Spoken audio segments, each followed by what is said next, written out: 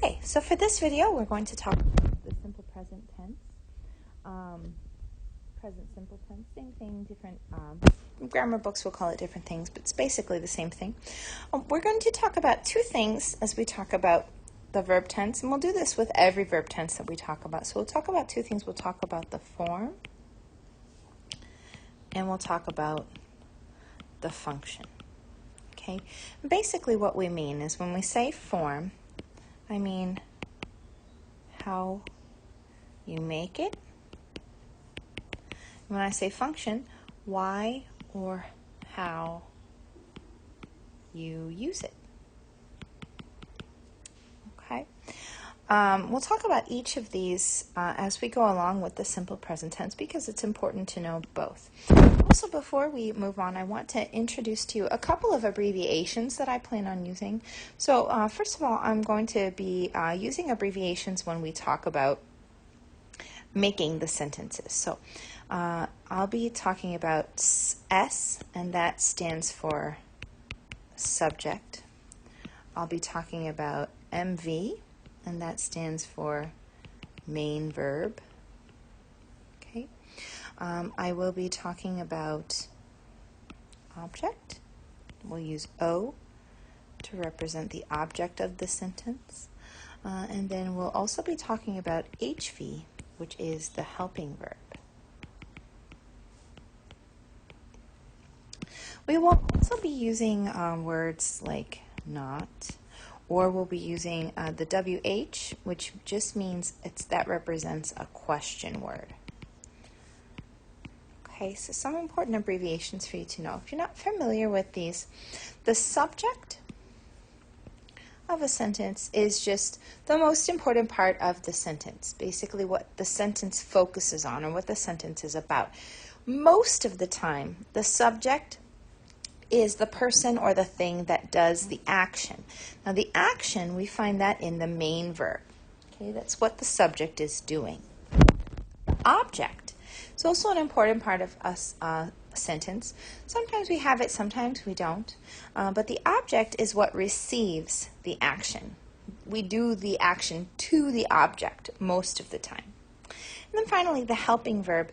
Sometimes verbs can't do things all by themselves. For example, sometimes verbs can't make negative sentences or they can't make questions without some help.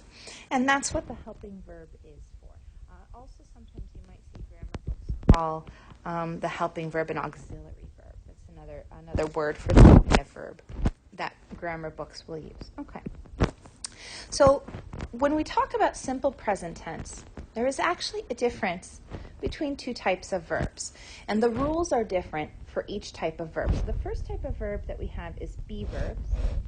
Be verbs are what you think of when you think of the verb am, is, or are. Am, is, or are. Actually, those are not separate verbs. Those are not different verbs. They all come from the same verb. They all come from the be verb. That's the simple form of those three verbs. We just have three different forms of the be verb depending on what subject we're using. For example, you might know that I use am when my subject is I use is when my subject is he, she, or it. And I use are when my subject is you, we, or they.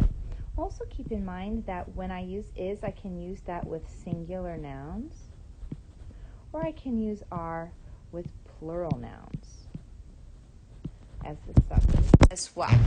So those are the be verbs, am, is, and are, and they have a special set of rules.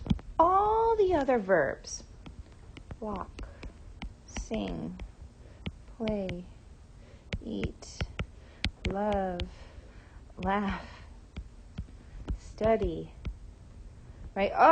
All the other verbs except for the be verb have a different set of rules. Now we're going to talk about each of the rules for be verbs and then the rules for do verbs. So we'll start with be verbs. So we talk about be verbs. We're going to talk about 4 different types of sentences, and we'll do the same thing with do verbs. Affirmative sentences, which are just regular sentences. Negative sentences, meaning negative not. yes or no questions, where the answer is either yes or no, and then WH questions, where they're information questions, and we'll talk about each of those, but we're going to start with affirmative.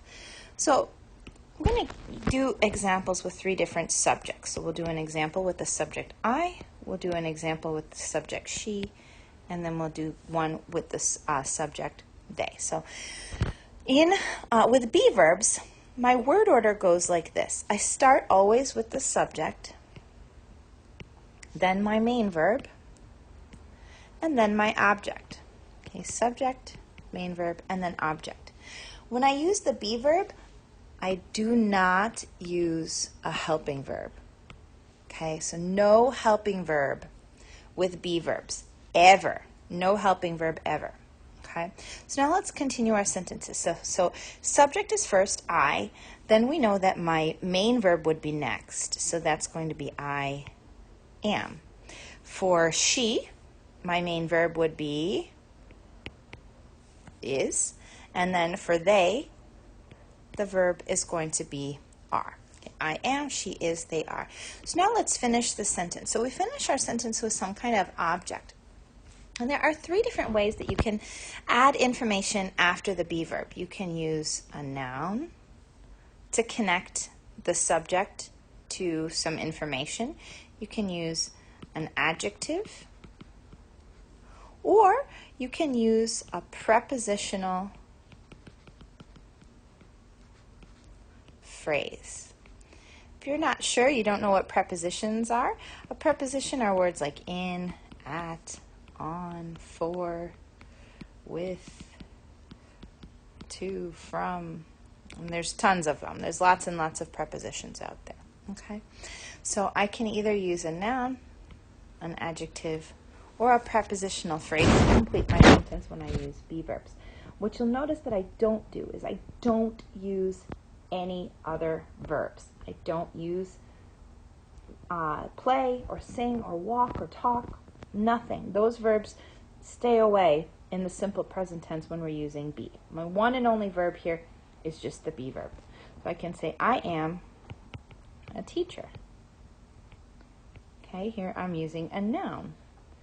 Or she is happy.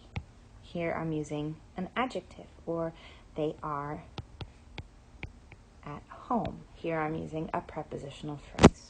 Okay, subject, I, verb, am, object, a teacher. Subject, verb, object. Subject, verb, object. Okay? Now let's try to make some negative sentences. With negative sentences, I start again with the subject and the main verb, but I add a little word in there, not, right before the object. So subject plus the main verb plus not plus the object, and then the end of my sentence. So our examples from before, we would start the same way. I am a teacher, but now, because I want to make it negative, I'm going to follow my little formula here, and I'm going to add the word not. Or our other example, she is happy. I'm going to add our little word not, right? They are at home. Add our little word not. Something to keep in mind is that you can also use contractions for some of the negatives. Now, I can do this, so I can say is not, or I can say isn't. That's called a contraction. And I can say are not, or I can say aren't. The only one that I can't do is I can't do it for I am not. So there is no such contraction. Amn't. That does not work. So we cannot use amn't as a contraction. Okay. Let's keep going. Yes or no questions. We ask yes or no questions. We call them yes or no questions because the answer is either yes or no to the question. No information, just yes or no is our answer.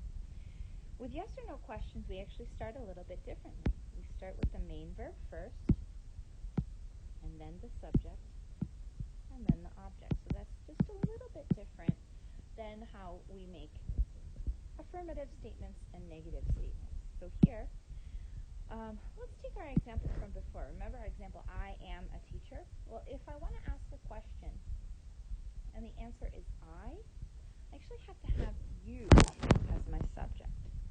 So you needs to be the subject when the answer is I. And that means that my main verb is going to be are. Are you a teacher? And I can have two ways to answer this. So, of course, I can say yes, or I can say no. And generally, we give a short answer. I could use a one-word answer, or I could do a little bit more, and I could say, yes, I am, or I can say, no, I am not. No, I'm not. Use another contraction there. Let's do one more example where our second example, she is happy. Let's ask a question about that. So I would start with the main verb first, is, and then she, and then happy. Is she happy? And again, my answer is either going to be yes, or it's going to be no. And to do the short form, we'll say yes, she is. And usually with the short form, we use a contraction. We don't have to, but most of the time, we would say no, she isn't instead of no, she is not. No, it's not wrong to say no, she isn't, but it's not common. Okay. And finally, with be verbs, we also have WH questions. WH questions are also known as information questions because we ask questions where the answer is information. And then we also use question words, right? We use question words like who, what, where, when, why, and how. And all of those give us different kind of information. For example, who is a question when we're asking about people. What is a question when we're asking about things. Where is for places. When is for time. Why is for reasons. And then how is for the manner or the way that something happened. So let's look at a couple of examples, right? If we say, I am a teacher. Maybe you want to know why I'm a teacher. Okay, so we might start with our W. So when we make WH questions, the word order is actually the same as yes or no questions. Our main verb, subject, and object. The only difference is that we just put a WH word at the beginning. So WH word, main verb, subject, and then object. And that's our formula for WH questions. So I might start with why are you a teacher? Why are you a teacher? I'm a teacher because I love grammar and I love working with my students from many different cultures. Okay. Or we could ask a question like, where are they? And then if you remember all the way back from the beginning when we first started talking about be verbs, right? Where are they? So the question, when I ask where, the information is a place. So they are. Then I can use my prepositional phrase to describe their location, to describe where they are, to give information. Information answers the information question. All right, now let's talk about do verbs. Do verbs, we'll start with the affirmative. So for do verbs, it's basically the same as for be verbs, actually. Subject, main verb, and object. Okay, so that's easy. So far, no differences. The really important thing here is that you remember that the main verb has some special rules for subjects. If the subject is I, you, we, they, or a plural noun, I just use the simple form of the verb. But if the subject is he, she, it, or if it's a singular noun, then I have to add s to my verb. So let's look at an example, right? I, and then my main verb, teach, and then English. I teach English. Cool. Okay. And I don't add s because my subject is I, so I don't add s. But what if I go back to the subject of she, right? She, and I want to use the verb study. So I don't write she study English. No, that's not what happens. I have to add s to my verb, so it becomes she studies English as my verb. Subject, main verb, and then object. Okay. So here's where we get a little bit different with the rules. The rules become a little bit different. So first of all, we start with the subject. That doesn't change. What changes is that we have to use a helping verb. Okay. Then we have our main verb, and then our object. So do verbs are not as strong as be verbs. They need a little bit of help when we make negative sentences and when we make questions. So we have two possibilities for our helping verb. The helping verb can either be do or it can be does. Now keep in mind that we only use a helping verb when I have do verbs. I never use the helping verb with the be verb. So I don't say I am do or she does is. I don't ever use those verbs together. I also don't use do verbs with be verbs, at least not in the simple present tense. So I also do not say she is go home. I don't use the be verb together with helping verbs, and I don't use the be verb together with other verbs, not in the simple present tense. So let's start with our example. I forgot something. We also have to make sure that we add not. So not goes in between the helping verb and the main verb. So here, if it's I, for I do, you do, we, they, and plural nouns. For does, he, she, it, and singular nouns. So I do not, and then my main verb, teach English, or she, and then we want to use our helping verb, she, this time does. Now something that's important to notice is that when the helping verb is there, that's where the s goes. The s goes, I add it to the helping verb. So because I already added s to the helping verb, that means that when I use my main verb, I do not have to add s again. So I don't say she does not teaches. Nope. Okay. Just she does not, I think we used study, right? Last time I think our verb was, so let's stick with that, right? So she does not study English. The s is here, no s in the main verb. Okay.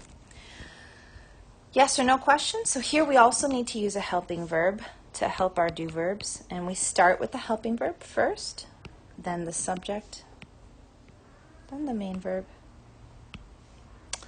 and then the object. Okay, so we'll use our same example again. And here we're going to say, do you teach English? And then remember, for yes or no questions, our answers are either yes or no. And I could just use a one-word answer, or I could use a short answer. So here, the short answer is uses the helping verb only. So yes, I do. Or no, I don't. And we use the contraction form there. That's right. I forgot to mention contractions on the last slide. So let's go back a little bit. Okay, right? Just like we could with the be verb, I can also use contractions. So I can say do not, or I can say don't. I can say does not, or I can say, or I can say doesn't. Okay, do not, don't, does not, doesn't. Okay, so let's go back to yes or no questions. Yes, I do, or no, I don't. How about if we ask another question? Does, so helping verb first, then subject, she, and then she, my main verb, will go with study. Remember, if I have S here, then I have no S over here. So does she study English? And then my answer is either yes or no. And I can say yes, she does. And I use the helping verb here. Or no, she doesn't. And I usually use the contraction in the short form. Okay. All right, and then finally, WH questions. So again, information questions. And fortunately, just like be verbs, there's only one thing that's different. So just like with a yes or no questions, helping verb, then subject, then the main verb, and then the object. The order is the same. I just add that WH question at the beginning. So it goes WH question, word, helping verb, subject, main verb, and then an object. So it might look something kind of like this. I might ask, what do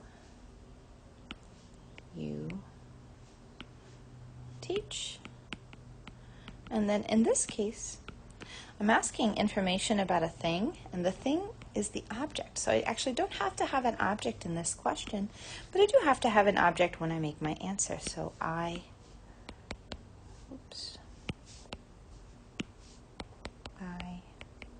teach English. Or I could ask another question. Where? And then I want my helping verb. Where does she study English? So now this time I do have an object in my question. So I'm actually going to have two objects in my answer. So I'm going to say she studies English. And then here's my answer, at Harper. Okay, she studies English at Harper. So that was all the form. That was how we make the verb. Now we'll talk a little bit about the function. So why do we use the simple present tense? And there's basically two main reasons. So the first main reason is we use simple present tense to talk about a routine or a habit. We use it to talk about something that you do all the time, something that you do regularly, or there's a frequency to how often you do something. Okay, and we use a lot of words to talk about that. And your book talks a little bit about this. So we use some words like, for example, we use words like once, twice, or 3 times. Once, twice, or 3 times a week, a month, a year. We use some words like every day, every week, every month, every Saturday. We can say things like on Saturdays. In other words, every Saturday. And we can also use adverbs of frequency. Adverbs of frequency show us how often we do something, and then that means that something is a routine or a habit. That means that's something we do all the time with regularity. You probably know some of these, but I'll give you a few examples. Always, never, sometimes, usually, rarely. There's more. The second big reason that we use simple present tense is to talk about facts. In other words, we use simple present tense to talk about things that are generally true, or they might be permanent. In other words, they don't change, or they don't change very easily. So we would use that to say things like, let's take a look at a couple examples of both. So for a routine or a habit, I might say something like, I brush my teeth every day. For facts, I might say something like, I have brown hair, right? I brush my teeth every day. That's a routine. That's something I do all the time. And then I have brown hair. That's just something that's generally true about me. That's a fact. Or I wake up at 7 every morning. Okay, that's a fact. Or that's a routine. Sorry, that's a routine. And then the sun rises in the east. That's just a general fact. So 2 big reasons that we use simple present tense is because it's a routine or a habit, and because it's a fact. So something that's also important to talk about with simple present tense is non-action verbs. And we'll talk about this a little bit more too when we talk about present progressive. But so for non-action verbs mean there's nothing that's actually happening. No real action is happening. So if you think about it, when I say something like, I am a teacher,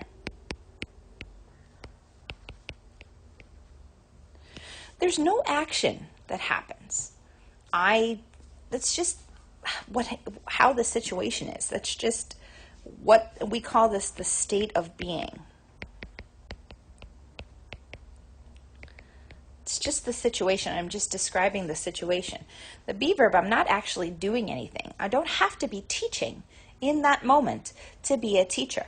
I am a teacher if I'm in the classroom, or if I'm at home, or if I'm at the grocery store. I'm still a teacher. It's still a fact, but I'm not actually doing anything, right? Different than if I say, I teach English. That's an action. I'm actually doing something. There's something happening. So non-action verbs include what we call state of being verbs. So those are sometimes called linking verbs, like be. Other linking verbs would be verbs like seem, appear, feel, look. Some other categories of non-action verbs include verbs with emotions, love, like, hate. Also, we have mental states. For example, know, believe, think, remember, forget. That's another good one. Also, desires, like want, need, prefer. Also, possession, verbs that show possession. For example, have, belong, or own. I'm going to go on to another page here. Also, we could say verbs that show the five senses. Sometimes we also call those perception verbs. So think about verbs like see, hear, touch, not touch, see, hear, taste. Verbs that show measurement. Verbs like cost or weigh. Okay. So that's it for simple present tense. You can watch this video again if you want to, or you can move on and watch the video about present progressive verbs.